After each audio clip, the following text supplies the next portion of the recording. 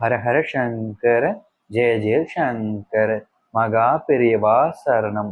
வீட்டில் நீ எப்போது விளக்கேற்றினாலும் சரி, அப்படி வீட்டுல நீ விளக்கேற்றச்ச மறக்காம அந்த திரியோட இந்த ஒரே ஒரு பொருளை மட்டும் சேர்த்துட்டு நீ விளக்கேத்து.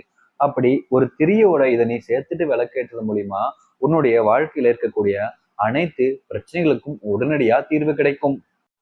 உன்னுடைய குடும்பத்துல சண்டை சச்சரவுகள் இருந்துன்னா அதை பத்தி கவலையே படாத. நீ வீட்டுல விளக்கேற்றும் போது உங்க வீட்டுக்குள்ள இறை சக்தி உண்டாகும்.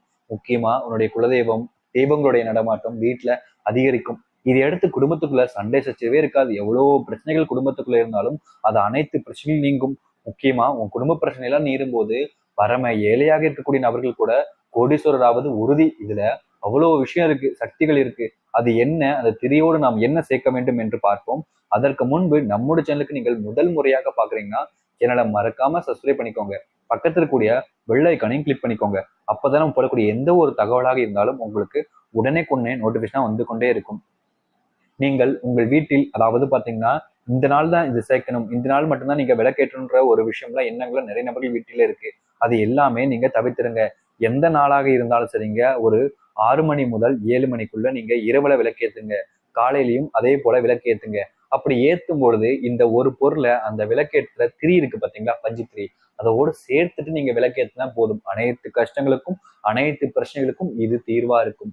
முக்கியமா இந்த ஒரு பொருளை அனைத்து விஷயங்களும் அடங்குமான்ற எண்ணம் உங்களுக்கு வரும். எத்தனை நபர்கள் வாழ்க்கையில நடந்து அவங்க பட்ட கஷ்டங்கள் தீர்ந்து, முக்கியமா எப்ப பாரு தினம் தினம் குடும்பத்துக்குள்ள சண்டை இருந்துகிட்டே இருக்கும். பெரியவா சந்திக்க ஒரு பக்தன் சொன்ன விஷயம் இதுதான். அந்த ஆண்மகன் வீட்டுல, அதாவது பாத்தீங்கன்னா அந்த ஆச்சாமி வீட்டுல எப்ப பாரு அவங்களுக்கும் அவனுடைய மனைவிக்கும் இடையிலான அந்த கணவன் மனைவி சண்டைன்றது எப்ப பாரு இருந்துகிட்டே இருக்கும். நாட்கள் போக போக பாத்தீங்கன்னா அதிகரிக்க ஆரம்பிச்சிச்சு. அவனுடைய குழந்தையோட வாழ்க்கை இதனால கெட்டுப்படுமோன்ற எண்ணமே வந்துருச்சு. அந்த அளவுக்கு வந்த பிறகுதான் பெரியவா சந்திக்க போறா.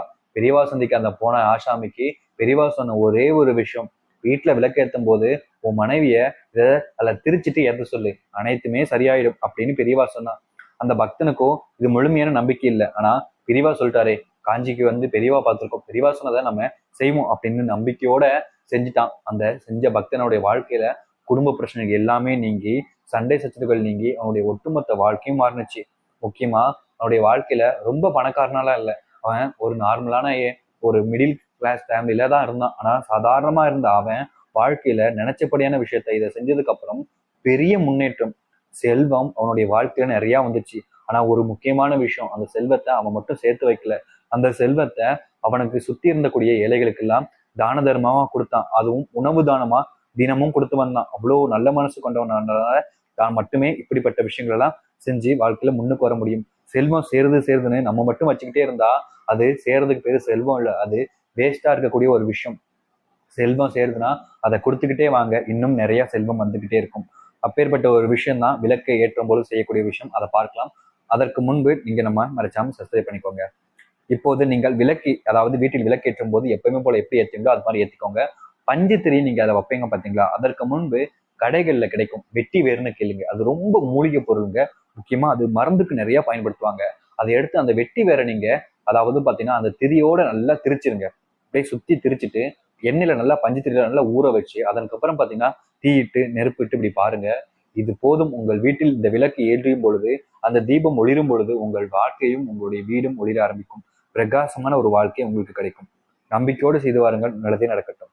ஹரஹர சங்கர, ஜெய ஜெய சங்கர. நன்றி, வணக்கம்.